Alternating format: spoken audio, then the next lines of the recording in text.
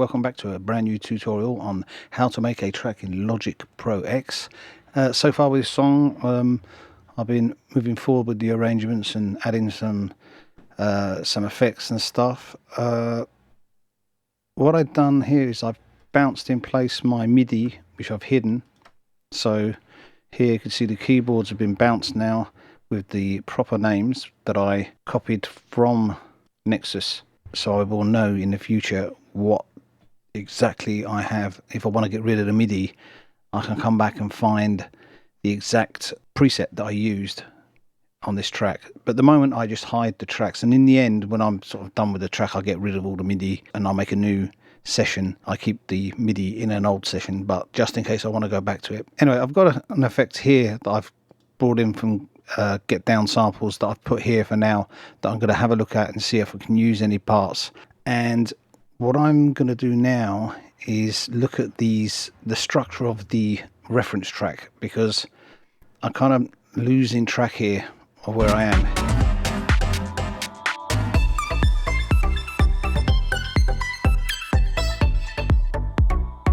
So as you can see, the structure here is different to what I've got. So what I'm going to do now is structure this the same as this and kind of do the same breakdown here.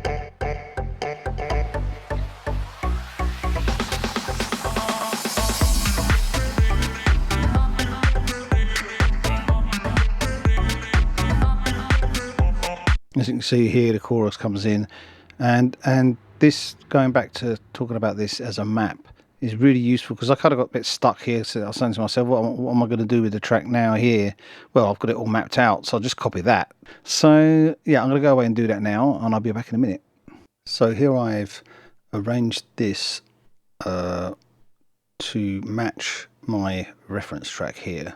And I've brought in another break and got rid of the break that I did with the drummer. It wasn't happening for me, so I went back to the sample pack where I got this break from.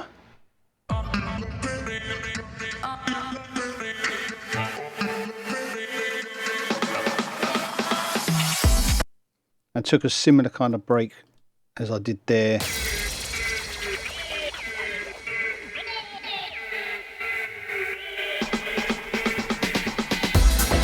Pretty similar. I like the groove on that. I haven't yet EQ'd or compressed it, so I'll leave it like that for now. I'm just looking at the structure here. So I've kind of done the break here, and then done a verse, chorus, and then I've got another intro thing here. So let me just listen to this here, how this goes. So it's just a bass on its own with no drums. So what I do is I let the original reference track play out. Now I'll just eliminate what I don't need, so I'll just delete that. So we got the reverse vocal that comes back in here, so let me just copy that down. The reverse vocal here, we just copy that down here. See, this is really practical when, hold up, now copy, I'm going to do that again, because if you can notice, this is typical here. You can see that here it hasn't quite, I'll just bring this up, hasn't quite brought it to where this is the same as this here. What it's done, it's copied it to the beginning here. Now this is because I've got smart here, but I've got smart snap regions to absolute value. Now if I go snap regions to relative value, get rid of this, and you'll see what happens now. Just say erase, and then I'll copy this now here, and this will copy this the way this is positioned here, and just copy the automation down, and here you can see it is copied exactly the same. So you can flip between snap regions by absolute value or snap regions to relative value, which will copy it to the same position regardless of where the beginning of the bar is. So that's really practical. So I'll put that back to where it was before, because that's practical when I'm copying parts and stuff. So here, if we go back to this here,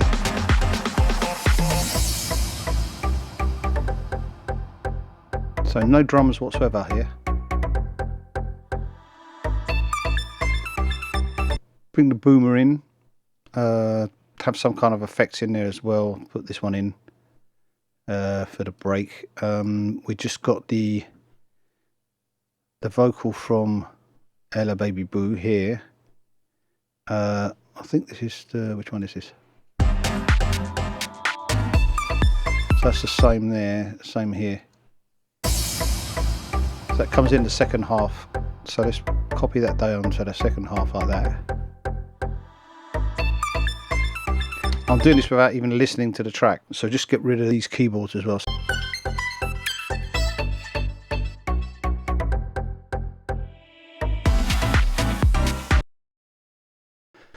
A crash down here as well. So this is how I do my structuring of the track. We've got the keys coming in, and we got that there, and then at the end we got drums. Get rid of them. Remember my drum track here, the whole thing. We can look at that as well at one point to do some arranging in there, bringing in and taking out elements, but at the moment I'm just doing the structure of the song. So a boom there and a crash, and we'll see about these effects here. I said I was going to do a build up, but there's no point because I've just copied the same structure down. I will do a build up maybe in a tutorial of how to do an EDM build up from scratch, but that's another story. So anyway, so let's get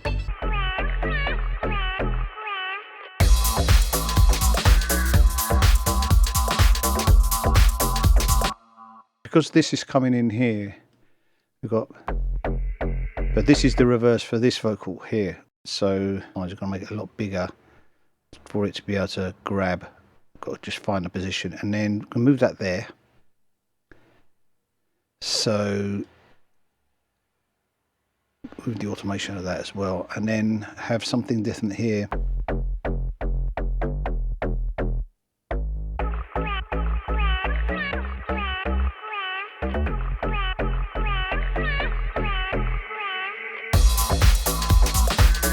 Now this has gone down an octave, so this is too high now. So I might take this down. Let me just see what it sounds like if I transpose directly here down to 12. Sorry, too fast there. 12. See what it sounds like because it's really low. Right, that's better. And here what we can do is the same thing but with Ella's voice. Here have a reverse reverb effect here. So I've done that before in a tutorial earlier on of how to do a reverse reverb effect. I think I will do a tutorial on that as a standalone tutorial. I'm going to go off and do this at one point because it takes a bit of time, so I won't do it here. So you'll be able to see that in a separate tutorial if you don't know how to do that already. I did it in a tutorial, I think it was number 5 or 6 in how to make a track. So we've done this bit here. Now this bass sound, I'm going to go and work on this because it's a bit, this is a lot better, this one.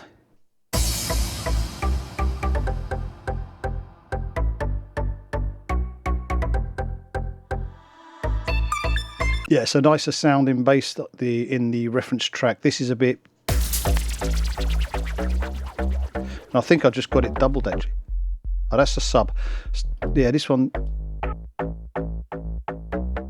See if I can find a better sound. I'll go back to my MIDI. So if I just open up the hidden tracks, I can find my MIDI, which doesn't quite follow now the actual structure, but that's not a problem because I know the bass parts are here, sorry. And I can just copy these down if I want to and then open them up. So I start by doubling this by just going like that here. So I've made another track. I'm going to bring these down, just copy these down here. I'm going to hide these back again because I'm going to keep my original sound and track, etc. So just hide these back and just keep this one here. So here I'm going to change this out to a Nexus, and you'll see what I mean when you hear some of these sounds, that they're pretty cool. I'm not going to say it takes exactly the same sound as what I did in my original track, but something similar, because I did make that track, so I can do what I want with it, even if I use the same sounds. So let's go back here and have a listen to some of these sounds on their own. Now this is going straight to my bass bus. I haven't compressed it or done anything with it yet. I'm just going to see what kind of stuff I've got in here. Now, my go-to kind of bassy kind of deep house stuff is in Deep House 2. I've got a lot of bass sounds here that are pretty cool already. I've got these new disco ones which are pretty cool. I think I used one of them actually. They're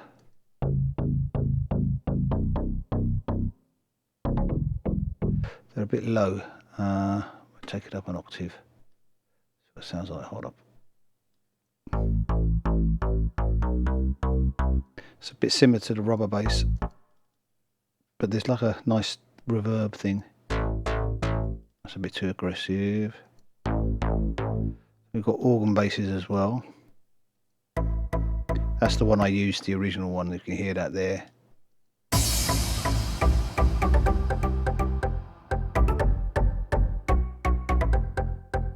So we don't want to be using that one really.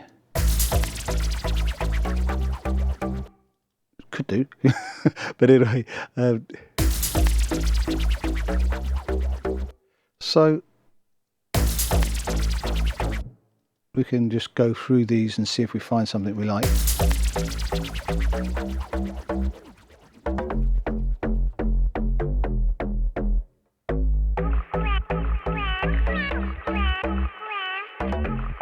Mostly makes it a bit more. That's a bit flat, you see.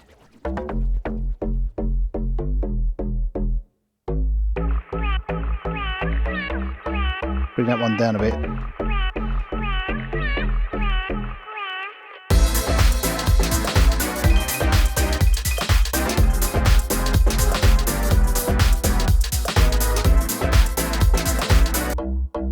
It's quite good, that one, the ruby bass. Give it a bit of fatness.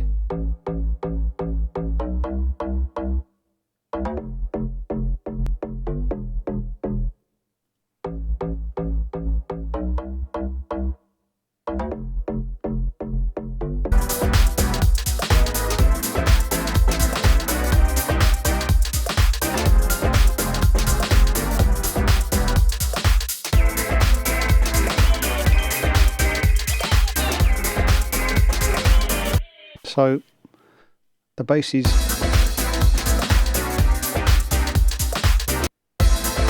it's the same all the way down.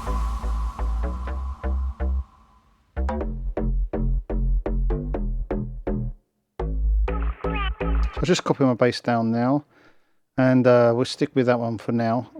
So we've got just a kick and then this one.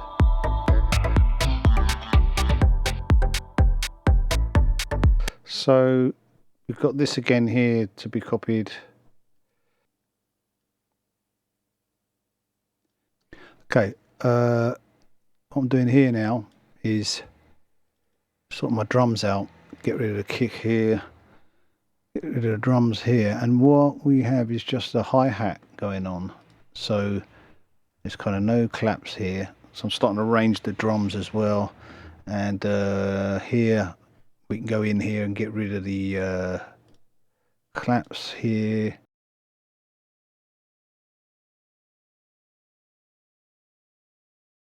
See if I can find the hi-hat. A hi-hat there.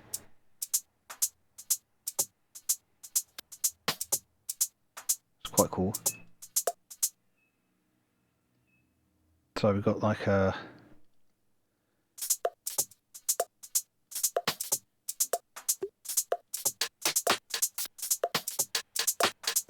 something like this, some keep it kind of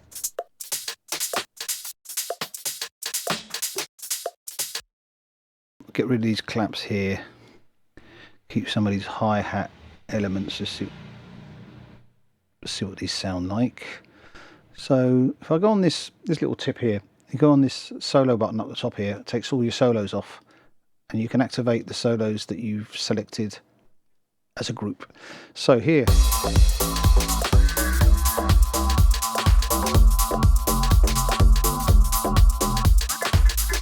got a garagey feel to that, quite like that. For now, that's quite cool. Let's just close up the sub drum track, and so we have the structure pretty more or less sorted out now. That's good.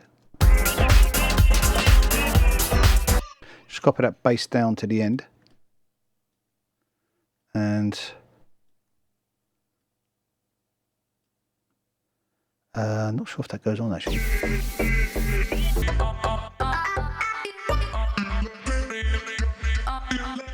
Just the sub actually.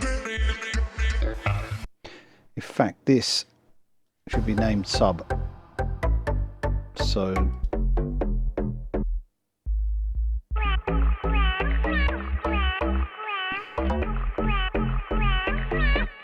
yeah, let's just rename this sub bass. Sub bass. We'll just name regions by tracks. There you go. And I'll be back soon. So I hope you enjoyed this video.